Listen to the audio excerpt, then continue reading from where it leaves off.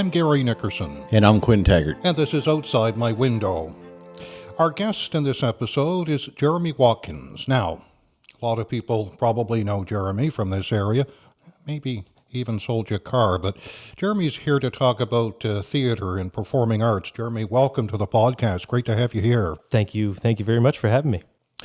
Before we get into some of the other details, there's a lot going on, and you're going to talk about that. But I'm curious about your background, and when did you start getting interested in the performing arts? Okay. It hit me when I was very, very young. Starting experience was at age 5 at my local church. That would have been 1985 or 86 at the time.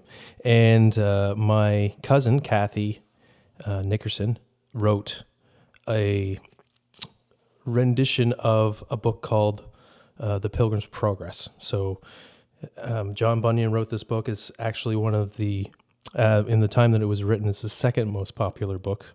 The most popular book being the Bible, of course, at the time that it was written. But Mr. Bunyan was found himself in a solitude confinement type place where he's being persecuted at the time, and wrote this Pilgrim's Progress, which is an allegorical play. And he wrote it in a way that it was a novel, but also broke into characters and character dialogue. So each character, and it was written out like a play. So it was very easy to adapt. It was well older than it needed to be able to be adapted for stage. And we myself, being the one little kid that got to go out and pop a balloon, somebody else's balloon, and steal their sucker in the carnival scene, took it to heart. Always remembered that. And a couple more times we did these kind of youth group based performances at a young age. Then I'd left it alone for a very long time. I didn't get back to it until high school. And I was involved with what would eventually become 440 Productions. I was in year 1997, 98 when that was happening in high school. So that would be under George Egan's, his filming, his film. He did theater and he did film. I was in his high school production, I believe, Until We Meet Again. And then the next year, when we were all in grade 12, he concentrated on a film, so we filmed that. And it was taken with the grade 12 class, and then after that, 440 Productions turned into a really awesome touring company. I believe is his final goal with that. And he moved his ideas along with wartime stuff all the way to the UK, and he followed his dreams. So it was really neat to be part of that at the time. So I didn't touch it from 8, 9 years old until I was 18. Then I graduated. I applied to Dalhousie to see if I could get in there in the arts program there. I didn't really know what I wanted to do after high school, to be honest. I was up and down. I got to watch both my brothers and my oldest cousin go fishing with my father and follow that career. They both kind of went to Burridge and took an electrical course and a marine electrical course just to have, some extended expertise in those types of fields. Because when you're in a lobster boat, there's nautical stuff, there's engine stuff, there's diesel engines, there's diesel mechanics, there's electrical stuff that all takes place all at the same time. So they were planning to follow the dream of going fishing they kind of knew where they wanted to go. So I got to see that and see how it all happened and watch the progression of the lobster industry that happened from when my dad had a 42 foot by 9 foot boat, 9 feet wide stern and smaller. But when I came around in the early 90s to see what happened out there, to all of a sudden they're building 45 foot boats with 5 foot overhangs and 20 feet wide. And that was in the early 2000s and late 90s, early 2000s. And now they're building, if you go down on Water Street here in Yarmouth, you'll see what they're coming up with now. 50 foot by 3 stories high by 30 feet wide, massive production ships. So I got to see that kind of progression when I was a young man, and we always had little jobs in the fishing. We're a fishing community, so there's always all kinds of fishing jobs around. And Dad kind of laid it up to me. He says, "You can go to Dal if you want. Go. Or you can come fishing with me." So you can have a decision of, going behind and working your way forward, or, maybe come with me for a couple of years, get ahead a little bit, and be a little bit at ease, and then make a decision. So that's what I kind of decided to do, still not knowing what I wanted to do. We were talking about manifestation, and how I kind of believe in that a little bit, and I believe that things happen for a reason. You put things out into the universe will bring it back to you. And or if you have general question for the universe will bring it back to you some way, somehow. You get the answer back. Some people look for it in different ways, and we won't get into that. But anyway, we were talking about how I got into the business. So after high school, I had never gone to the Arc for anything other than a Burnt Black concert. Brian Borchard, when I was a young man, that's what we went to the Arc for, was to see concerts and things of this nature. We won't say what we did at those concerts in the building at the time, but it was fun times when we were young. I imagine you can talk to David Oley about a few of those stories. And so an audition came up, and I thought, well, it's been a year since I've been on the stage, and I really had fun doing that. And when we did the movie, I was really motivated to want to learn more about film and how that kind of non-animated but facial animation, and the whole telling a story in a different way from theater and dancing and moving around. Dancing and singing is a different kind of form, which is so much fun to do. But when you get in front of a camera and somebody's telling you, "No, you gotta center, calm, it's a different kind of art." So I was really motivated to want to do that. So I decided I'm going to do what I need to do to be a movie actor or a TV actor. That's what I wanted to do. So at that time, the same time, I did a play at the Arc. I got involved with the Yarmouth Drama Society at the time. At that time, it was 1998 and going into 1999, and how the Arc was kind of run. There was an overseeing board, and also there was affiliate organizations that kind of facilitated the tasks. So you had your arts group that worked on the art, and then you had your theater group that worked on the theater, and you had your performance group that worked on more classical things or musical things, and you had the Yarmouth Drama Society that did pantomimes and comedies and thought about things in a little bit different ways, because there's all kinds of different forms of theater that you can do. And at that time, somebody that was concentrated on a certain style had their certain group that they work with, and they all had their own little affiliate organization that was under the umbrella of the Arc, where they would rent and do their performances. So that's how I got into the business with the Yarmouth Drama Society. At that time, there was, I think, a dozen of us, but when we would when that would be like the heart of the organization that would organize it all and produce the show and get the sponsors. One person would be the director and producer, and some people would choreograph, and then there was a few of us that were just really hardcore actors that just loved to be part of anything. And so at that time, I auditioned for Cinderella. I got the part. I worked really hard to get that part. I won't say that I brown-nosed Sandy Phoebens too badly, but I definitely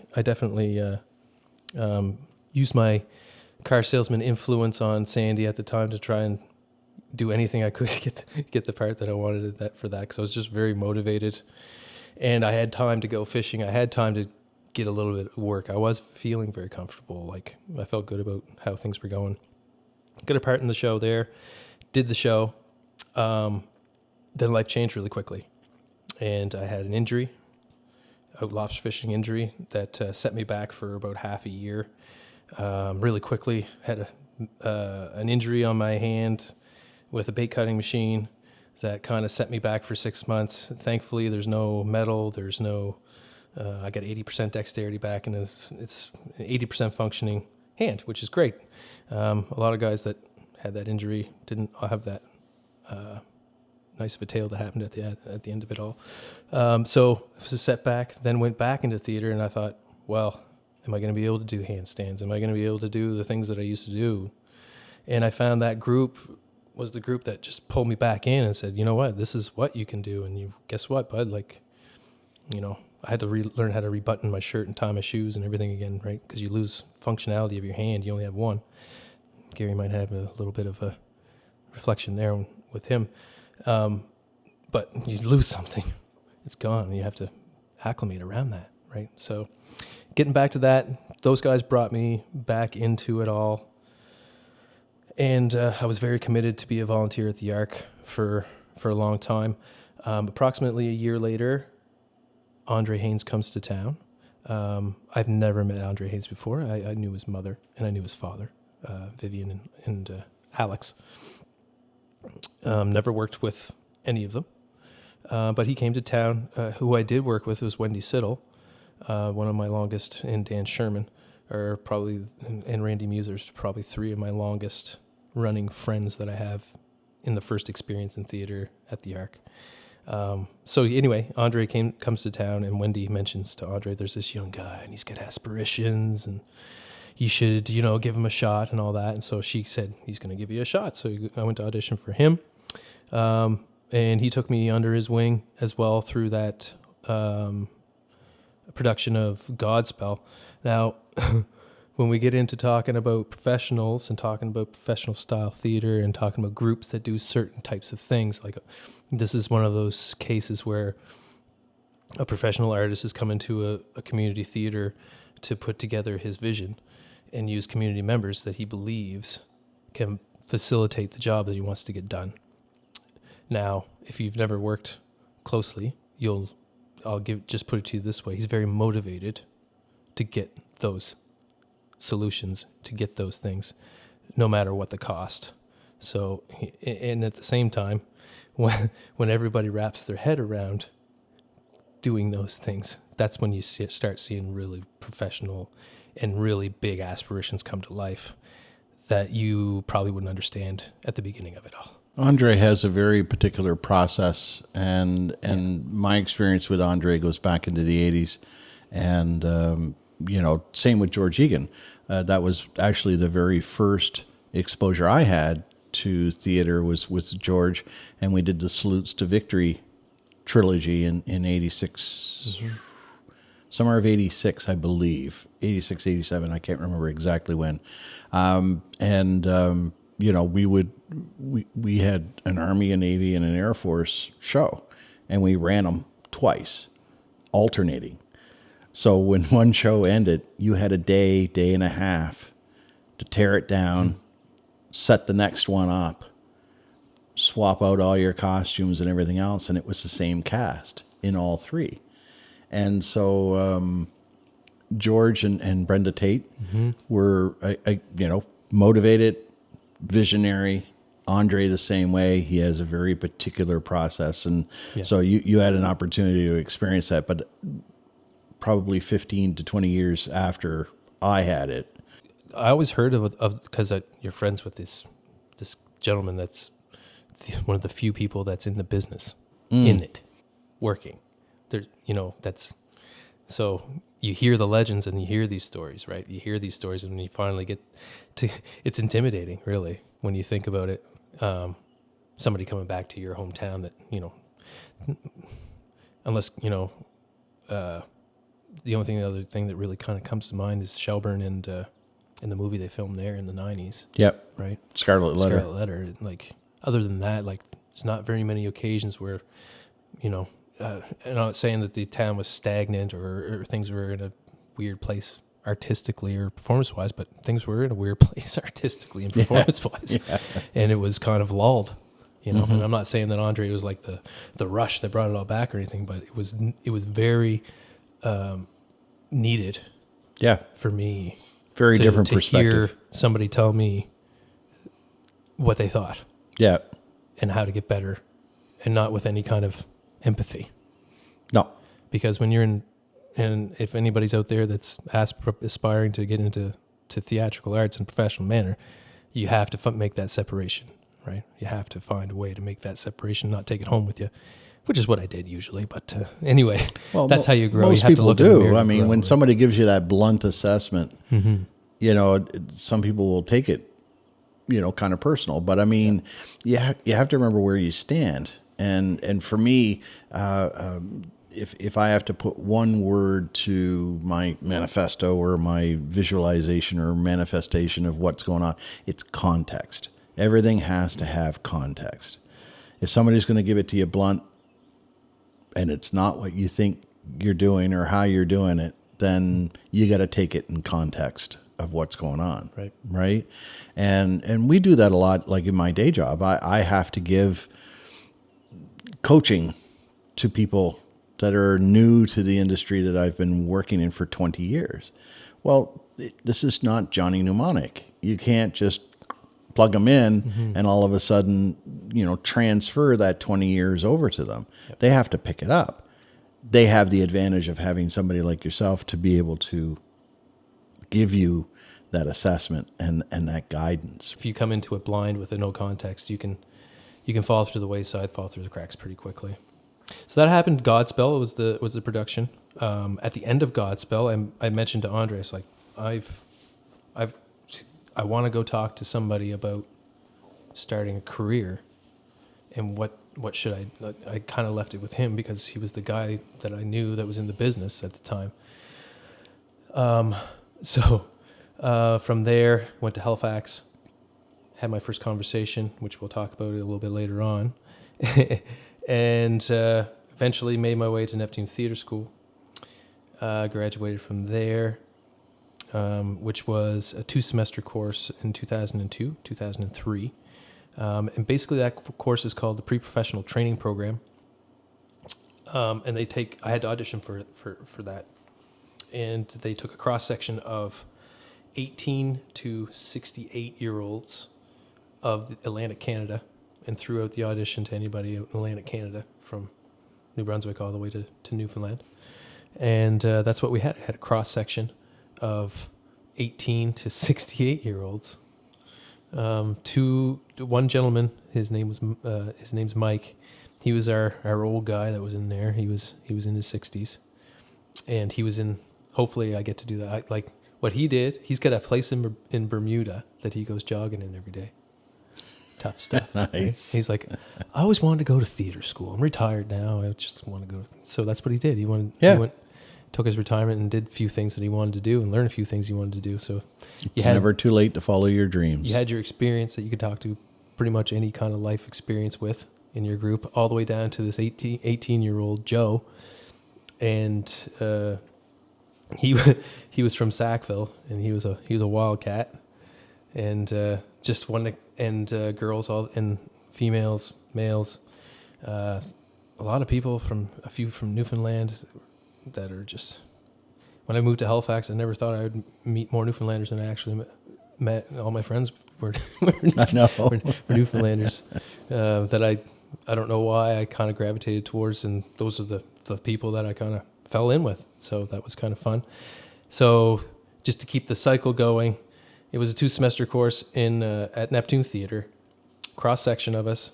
We got to the end of that, and you're given a choice. What do you do, right? So I go back to the casting agent, and you put your name in throughout and do some few things through Halifax area while I was there.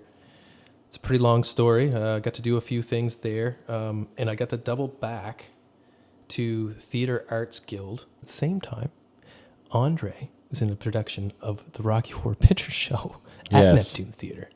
And I was working at the Pita Pit to make ends meet across the street from Neptune Theatre. So it was all, that time in my life was kind of exciting because I felt like I was contributing and he was contributing in a way to the arts that was happening.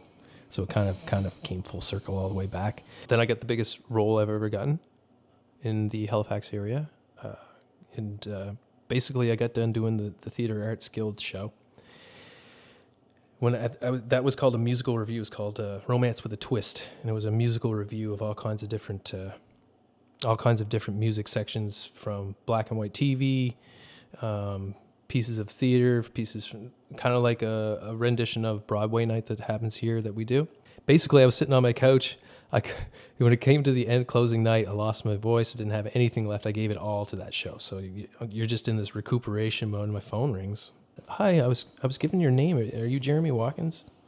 I'm like, yeah. She said, well, my name's Diane. I was given your name because I went down to Neptune Theater School and talked to Jeanette, who was the director. Jeanette White was her name at the time. Diane did the same program 2 years prior to me. And she's directing the musical Godspell at Alderney Landing Theater. And she's working with a youth group in Dartmouth. And she's auditioning for the parts of Jesus and John the Baptist.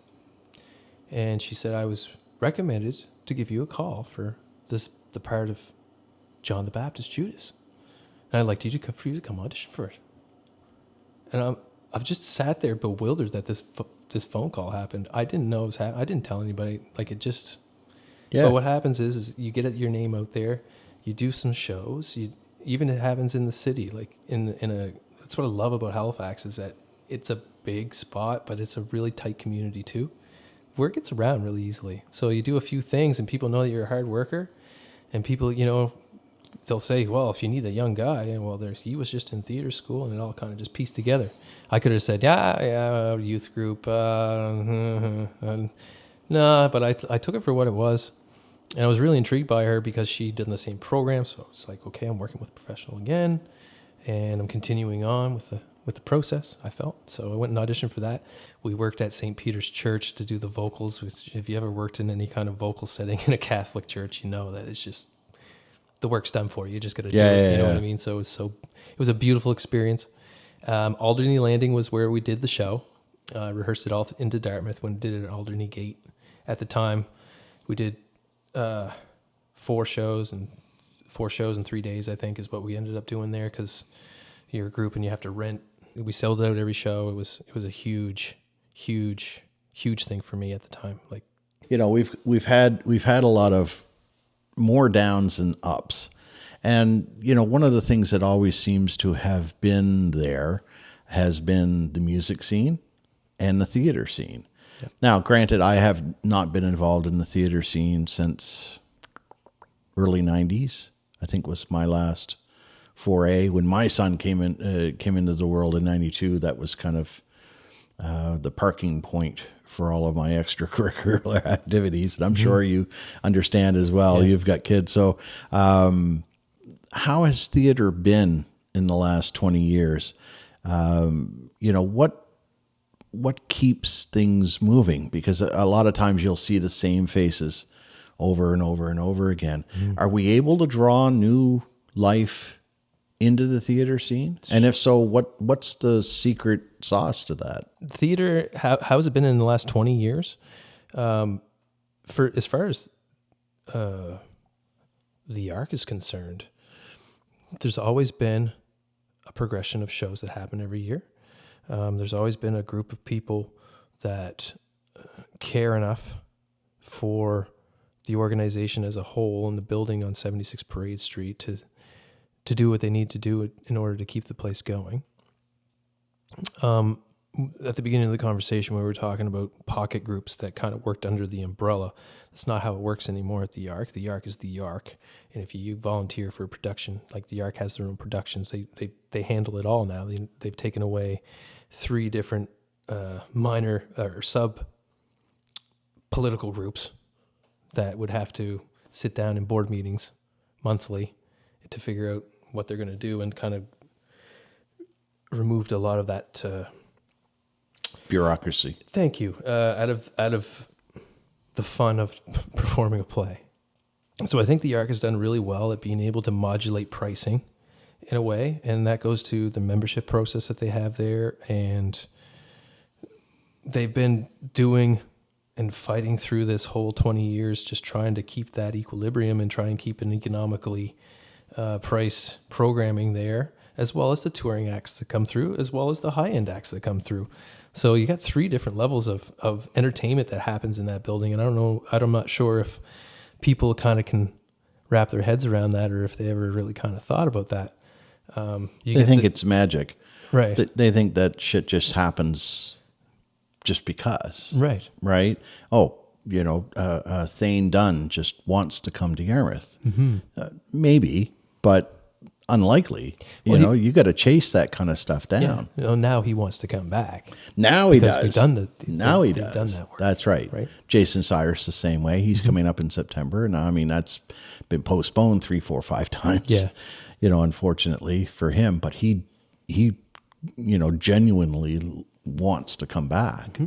And that's the thing with some of those acts. But for me, the theater has always been very similar to community television. So back in the Viking cable days, now with Eastlink and so on, people want to see people they know, right? I mean, granted, yes, Thane Dunn's a great performer. Jason Cyrus is an excellent performer. But if I'm going to go see a play, Right. I want to see people I know, not a traveling roadshow of people that I don't know. Might be a good performance, don't get me wrong. But if I can go see Jeremy Watkins dance around like a crab or a lobster, I think that was you, wasn't it? It was, yeah. Then for me, like that's the thing, right? I understand what you're saying there. I don't want to sit here and say what I wish and what I think and what it's all positive stuff. Things are happening there. There's still some of the same people that love doing the same things there, which is nothing wrong with that. It's because you have a very legendary cult following that they've created some of these fall farces and things of this nature, where it doesn't really matter what your opinion is because it's popular. People love it. These guys know what they're doing, right? And you know what you're getting involved with when you're going to see these plays. And when you don't and you go see it, it's almost even better sometimes because you're just kind of like, wow, this is what the audience does and these are what these guys are doing, and it gets a little contagious that way. But let's skip ahead a bit because you're talking about the younger folks, and so let's talk Moonbase Alpha. Okay. I'm going to say 7 or 8 years now, we have done a program at the Arc. And it happened before I stepped in to facilitate it. But Sandy Fevens came up with a great idea on March breaks to have a March break camp for kids. 1 week, learn how to do a play. Small group of kids between the ages of 9 and 16 years old, or 9 and 18 years old. And you learn the basic functions of a play, and you perform a play. No big, long play, just a tight little, tiny little thing that you can work at through the week.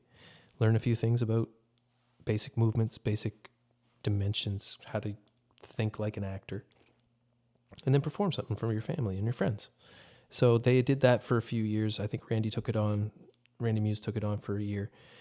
Then it kind of fell to the wayside a little bit. So Sandy kind of approached me and asked me like if I knew anybody, and I was just like, well, why don't I just go in and start doing it, And to be honest with me, I asked her like, how do you feel about, paying me to be a facilitator for this project? Not saying that I want to, take every dollar and cent out of your pocket or anything, but how do you feel about, a little bit more than me being a volunteer there, if you know what I mean. And she brought it to the board. I said, I can provide my resume. I can provide, you guys know all about me. So, and I'm using the, I gave them a curriculum of how I was taught at theater school and just a basic rendition of that. So that blossomed into something over the last 8 years. I concentrate on a project. I start it and it takes 2 to 5 years to complete it. So if it's taken 2 years to plan exactly how I'm going to do something, then I'm going to take 2 years to plan. If it takes 3 years to choose between 3 things that I'm working on. So you always have you have your garden full of vegetables and you pull which one you want out and to kind of finish the process with. When I first started doing March Break Camp, it's like a lot of my time was put into what's the product? What are we going to do? We evolved it into, we're going to do a paint session with an artist, and then we're going to do an art session on something with somebody different one day. And then all the rest of the days, you're going to be working with a choreographer, and you're going to do a musical piece, and you're going to do a dance, and then you're going to do this, 25-minute play with me. So it started with me, then it evolved into, do you want to come help me do this? And do you want to come help me do that with students that were teacher students in the communities, whether it be, through the Yarmouth Dance Academy.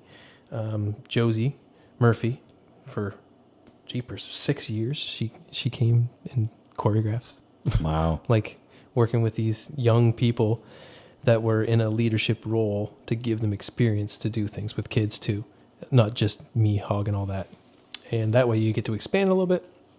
So the big choices that you have is like, what are you going to do?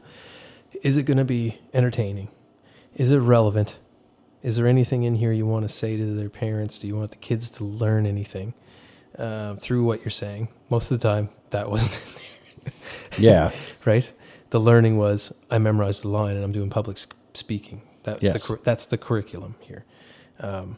If you gain anything from coming to camp, if you can get up in front of somebody and say something and not have that feeling of, I want to die, or at least knowing what you need to do in order to relieve yourself of the feeling of I'm going to die if I get up in front of somebody and say something, or a group of people. That's lesson number one. And that's, if we achieve that with all the kids, which has been proven, I've proven to be able to do it. And again, it's proven because that's what I learned at Neptune Theatre School too. So it's just a reiteration of learning from Yoda, learning from these people that had been in the business. When you did the program at Neptune Theatre, every one of your teachers was an active working actor or active working director that's out there working in the field, or directing in the field, or teaching in the field. So you're getting real world experience from these people, and I was sharing that with the kids. So it's been proven to happen, and it's not rocket science, but at the same time, it's a process that I've created that we stick to, and we get to the end of it, and that makes me feel better knowing that those kids have a little bit more confidence out there talking in front of their parents, or in front of their school, or in front of their science project, or whatever they're doing. So anyway, I was out looking at the stars one night, looking at the moon, and I was just like, come up with this idea of, okay, I have a group of kids. We already know that they're kids. So what happens if this group of kids at the beginning of this play wake up on the moon and you don't know why? And that's what I knew I wanted. I had this idea in my head. There's 12 kids on the moon, and they don't know why. They're there for some reason. They're on this moon base. There's a base. They're in the base. They don't know why they're there. It's a mystery, and it's also a science fiction. I wanted it to be a science fiction. The reason I wanted science fiction is because of the theatrical things that you can do with science fiction on the stage. That makes it more technical delivery from the production team to the audience, and it adds another layer of creativity on top of the line memorization and the storytelling that's taken place. So through the years, it should be noted too, I've worked with two different writers, Aaron LeBlanc, every summer for 8 years straight. He would provide a play every summer that 6 kids, small play, is designed for the Boys and Girls Club and all the daycares to bring their kids to come see something at lunchtime theater at the Ark. Right. It's a fantastical fairy tale that he made up on the spot that has usually some sort of local context to it, whether it's the Cave of Four Shoes or some other kind of allegorical thing that he come up with to talk about. And it would be a different play every time. It would be a different set of circumstances. I was in the first one that he wrote, and I was in the first 2, I believe, acting. And then after that, I kind of took charge because they were all gone then. They all kind of moved into the college spectrum and the university, moving on in their lives to doing growing and making decisions and being adults and all that fun stuff. But Aaron would always give me these, he would always give me these plays, and it would be like clockwork. He'd just send me the play, and I'd be like, perfect, thank you very much, and I'd facilitate it for him. They'd generally be outdoor plays, or they would be park plays, or we would go down to the waterfront, and do them at Coal Shed. Those are the first times I've ever been out in the open doing outdoor theater. Was Aaron's shows. He would give us these shows and we would just go do them. We would do them behind the Ark, or we would do them at the Coal Shed. We did 2 shows down at the waterfront. So I've always worked with him as a writer, and I've always worked with George Claremont. George Claremont is local as well, local from Arcadia, Melbourne area. George, his father is Philip Claremont, who taught drama in, I think it's SAR. I think it would be SAR, SAR, right?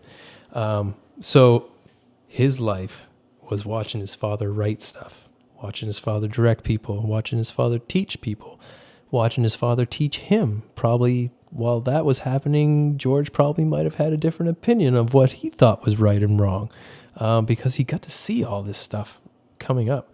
Then he moved into a part, and we're talking about Francophone here, so we're talking about French stuff, writing in French plays, writing French dialogue for people, exploring how to write characters in a French language. His experience has made him a good writer now, right? And he's exercising still to this day these things, this writing. He can direct. He's directed plays. He's acted. He's a very, very good stage manager. He's just, like I said, he's the drama teacher's son. He knows everything there is to know. He's just got a really good cross section of experience with it. The birth of Moonbase Alpha happened about 4 years ago. I come up with the idea of a gist of what I wanted, and I wrote to my friend George, one of my best friends, and I said, I called him up on the cell. What are you doing? I called him up on the cell phone, and I got this crazy idea, right? And he's like, okay. And I was like, what do you think of this?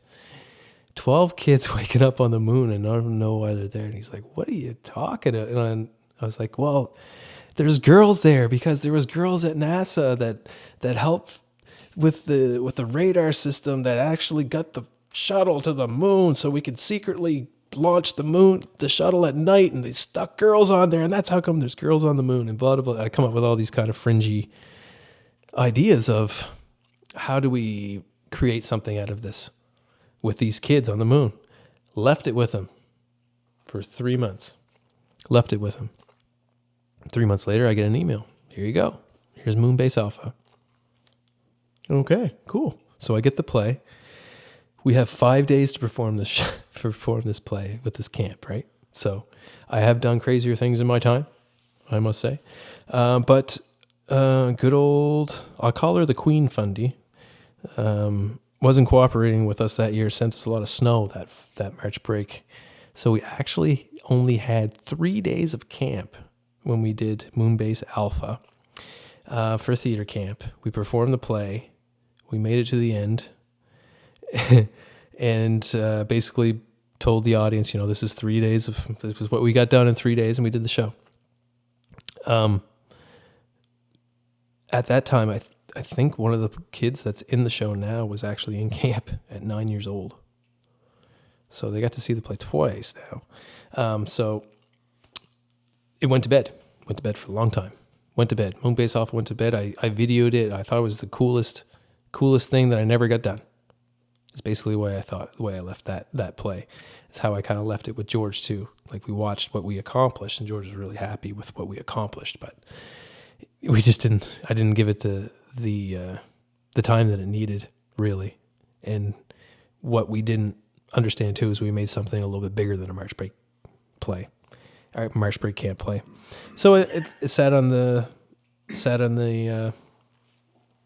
back burner, as they say, back into the garden, planted back in the garden with the rest of the ideas. Something in my mind keeps telling me, like, you got to get Moonbase done because somebody else is going to tell that story. And that's the other thing I think. Like, if you get a new idea, and it's not like this brand new idea. I'm not saying that I came up with a brand new idea, but if you're out there thinking and in creative world and you got a new idea in your head, get it down on paper and get it done before somebody else does. Because I've had so many ideas that pop in my head that even come out in the mainstream media that it's just like, why did I think of that? And why am I seeing it happen? Yeah. You know what I mean? So that's where I was getting back to that point as I was getting to the age where she was ready to explore a role. She's old enough now, mature enough now. And not to say that younger people, between 6 and 12 years old can't do lead roles, because they can. It's just that she was concentrating on other things growing up. So she's old enough now. The idea came back to me as something that, you should get this done. And 2 years ago, another pre-COVID thing that happened, Nicole LeBlanc, who worked at Maple Grove at the time, restarted the Maple Grove Performance Group again. That's what they're called. And I had brought Aslia to see that play, which she was working with that junior high age group. And I wanted to bring Az to see it because she's going to be there in 2 years. And when you get here, you can do this stuff like Dad does, And then the juices start flowing like, wow, this is so cool. She came right into the school and did it right in the school. Like, usually you draw from 5 schools and you try and logistically figure out how to make something happen, which is hard on everybody. When you're going right into the school, they're right there, they're there. Blah, blah, blah. The bad drawback is you don't get the diversity as much. But also, I was a graduate of Maple Grove. I felt like I was contributing back to Maple Grove a bit. And my daughter was old enough. So what I had in my mind was to go back to the original story, create something that we can teach the kids to move, pack it up, put it in a car, take it somewhere, unpack it, perform it, pack it back up. That's what Fringe is, right? And if we come up with a good idea over the years, maybe we go to the schools, we take it to different schools or whatever you need to do. So that was the idea, to create that kind of a curriculum program that Maple Grove would get interested in, enough to let me go in and facilitate it. And then from there, we created just a really good relationship with the school. We used the improv to raise money. So we had a dinner theater where we got the kids to perform for their parents, and we provided them with supper, and we had a little ticket cost to that. So that we did that at Maple Grove with 12 students. Was really happy to see that when I put out this, we're starting performance group back up again, kid, young people. If whoever shows up can be in it. Like, if you're excited about theater, head on down. So I show up and I'm like, there's 10 kids here. Like, I only need 2 more. I couldn't believe it. I was really kind of tickled. And this is extracurricular activities, right? Extracurricular activity, yeah. Is there anything drama-wise in the curriculum in schools nowadays? High school. High school? Yep. Okay. It's a choice in high school for a course still. Junior high, it's not. Okay. And it's kind of, a wise man once said there should be 50%. If there's 100% of funds going into something, 50% should be done for sports and 50% should be done for arts. And there shouldn't be a line that's more than or less than the other. Because if you're going to round off an education for somebody, it should be rounded that way. If the whole idea behind school in general is to prepare them for the real world, unfortunately, we're sagging Yeah. a lot. But that's a whole other topic for a whole other conversation. So we used the improv show, did a dinner theater. We raised enough money to rent the Yark. We made enough money to rent and fulfill the rent that they required for us to go perform the play there. We did it professionally, again, privately, through our own budgets and everything. And the Yark had so gracious enough to help us raise money to get into the Fringe, because you have to apply to the Fringe, and then there's rights and rental for whatever space. So I happened to apply for the biggest. You don't get any guarantees when you apply to Fringe either on spacing. You can just apply, and hopefully your card gets pulled out of this hat, and then they decide whether you can go to the big space. So I applied for the 3 biggest stages that they had, and they were gracious enough to give us the Scotiabank. So the money that we had raised from the 2 performances that we did in Moonbase Alpha at the Yark, we have the entry into into Neptune for our showing. We're going on September 9th, which is a Friday, to load in, and then we're doing 2 shows on Saturday and 2 shows on Sunday, and we're packing up, hitting the road back to Yarmouth because they have school on Monday morning. So, But the Fringe itself runs... it's the 2nd till the 12th, so it's Okay. it's a 10-day festival. It used to be 2 weeks. They've kind of, they're still kind of modulating things, how things happen over the last few years. A lot of people will bring their Fringe show, and they'll do 5 shows over the 7 days, and they pack up and go somewhere and lay it down, and then go back to their venue. But Fringe has been very gracious. I must say, like, not only are they excited that a young group of kids is going, a young group of people are going up from touring that are going up there, but also they're a youth-based group, right, that are moving and showing, going up to share the story with Halifax. So they're really excited about that, because usually there's some family-orientated stuff that happens at Fringe, but not a lot of youth-based performances. Usually it's professionals that are, trying new ideas or touring to the Fringe to share their idea that they've been working on all year long with that group of people. So I think it's there's some really big beginning steps here, and they've been gracious on getting us timelines on 2 days, as opposed, they could just say, no, you can't do that. You can't come up in 2 days and do 4 shows. You need to do it over 4 days or whatever. So it's been really it's been very nice working with them that way. They've been very gracious, and we're a theater project that's working with the school. So it's not a school project, quote unquote, not a school project, but we everybody's been kind of gracious, and everybody's been happily working together to kind of see if we can actually bring this play up there and make it happen. I know the community's got a lot of heart here. I mean, it costs, as you said, it costs money to go to the Fringe Festival. Again, showcasing our wonderful performers, our young performers. What an opportunity, yourself. Yeah. So how do you go about raising money? Because I got, 20 years under the belt here. When I went to theater school, first lesson, Jeremy Webb, who was the director of our theater program that year, the director. There was also other facilitative teachers, but Jeremy Webb, who's now the artistic director of Neptune Theater, said this to me, and I always remembered it. He said, "Don't ever stop calling yourself an actor, and if you can't get work, you make it.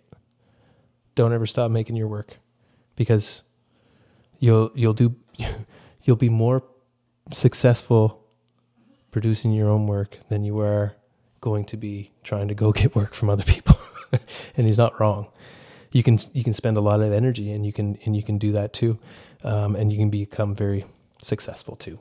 But that always stuck with me. So I always had a work ethic to create what we wanted to do, and after years of experience with that, I have a little bit of a lot of support from people to be able to, if they're parents that are sending the kids, because you need to have the resources to tell the story you want to tell.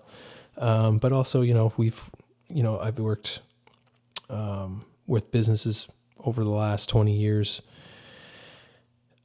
proving the art's worth and performance art's worth to businesses, and helping businesses promote themselves through the theater, and showing them a way that we can all kind of, you're going to help me, but B, the audience members that are in here, I'm going to find a way to tell them to come circle back to you. So that's what being a good producer is about. We tried to think of a couple different ways to create some funds. One of which is going to be at the recycling depot. We're going to create an account at the recycling depot. It's called Maple Grove, your Moonbase Alpha. And basically you can drop off bottles there, and they keep a tab. And you can say, I want it to go to Moonbase Alpha. You drop your bottles off, and they'll just build up a tab until we go in and take the money out. Anybody out there that hears this, if they want to donate to the recycling depot and under Moonbase Alpha, they certainly can do that. We would most graciously take that. and we would thank you for that. Second thing that's going to happen here, you're going to see a fundraising post on social media. We applied for the permit to do it. And I think it's a pretty good deal. $500 cash, $10 for a ticket. It's pretty good odds to win $500. You might want to buy, a few tickets to win $500 cash. Whatever you think might be, equate to be a good deal for you. I know that these types of things are decent ways to create some funds. Our budget is $5,000. It's 12 students, three including myself, the director, Michael Gaudet. He's called Micah Vic or Michael Victor. He's our assistant director, who has also been the teacher that has worked with me with these kids over this year. Also George Claremont, the writer. All the students are bringing a guardian or a parent with them. We're staying, I believe, at Point Pleasant Lodge, which is very close. The whole idea is to be there during the Fringe and not only perform in the Fringe, but take the kids and see something that somebody else has written at Fringe too. So we're raising money to basically get us there, stay 2 nights, and get us back and have a couple meals for 12 students plus 3 plus, the guardians are going to take care of themselves. So those are two of the things that we're going to be doing. We also can give a tax receipt for any business that would like to donate. And I've had varying success doing that as well.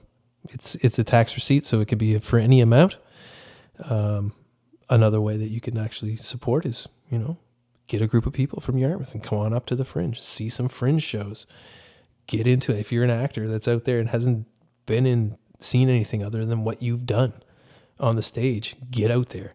See what other people are seeing. See what other people are doing. See what other ideas are out there. So remind us again of the dates of your performances for Moonbase Alpha. So Moonbase Alpha is on September 10th. That's a Saturday. As far as I know, we're going to be the first show of the day and later on in the evening on Saturday. And then on Sunday, basically because the show, you have to be able to wrap it up and unpack the thing really quickly and get it off the stage in a time crunch because somebody's coming behind you. But the next day, we'll have 2 performances. I did tell them to give it to us a little bit closer so we can get out of town a little bit faster so we're not on the highway after dark, getting back home. So September 10th, September 11th, it's Moonbase Alpha. It's a science fiction mystery about 12 young people that have all these different characters that wake up on the moon and they don't know why they're there. I know I got a good feeling about this. I know you're going to have the community behind you, so gather up your recyclables, your cash, your coins, and show these young folks that the community's behind them because, they do this out of love and out of passion for the community, and now taking it to the Halifax Fringe Festival. Jeremy, thanks so much. It's been fascinating. Appreciate your time. Thank you very much. Shout out to Heritage Brew tonight for our little sip that we had, the Mariner's Blonde Ale. Oh, it was good. Treat. It was very good. I'm Gary Nickerson. And I'm Quinn Taggart. And this has been Outside My Window.